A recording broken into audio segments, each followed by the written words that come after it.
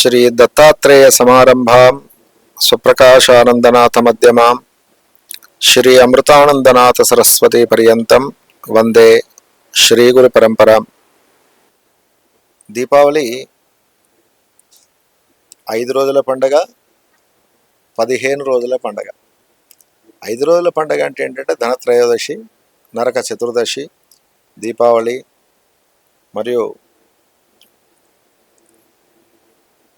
యమద్వితీయ ఈ కార్యక్రమాలు ఉంటాయి. భగినీ హస్త భోజనం అంటారు.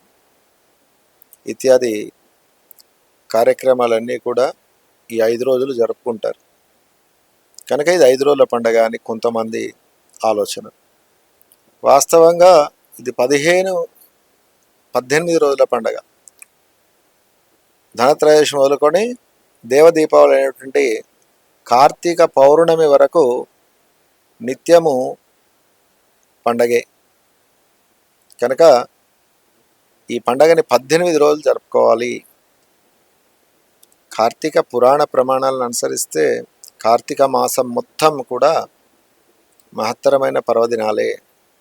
కాబట్టి ఈ నెల అంతా కూడా చక్కగా కార్తీక పురాణ శ్రవణం, దీపాలు ప్రాతకాలం సాయంకాలం వెలిగించడం, మరియు దైవారాధన, తులసి ఆరాధన, మరియు ఉసరిక వృక్షము కింద వనభోజనాలు ఇత్యాది అనేకమైనటువంటి ఆరోగ్య సూత్రాలతో ముడిపడి ఉంది ఈ మాసం అంతా కూడా. కనుక ఈ పండగను అందరూ కూడా భక్తి శ్రద్ధలతో ఆచరిస్తే ఆరోగ్యమే మహాభాగ్యం. కాబట్టి ఆరోగ్యాన్ని ఇచ్చేటటువంటి ఆరోగ్యప్రదాయిని కార్తీక మాసం.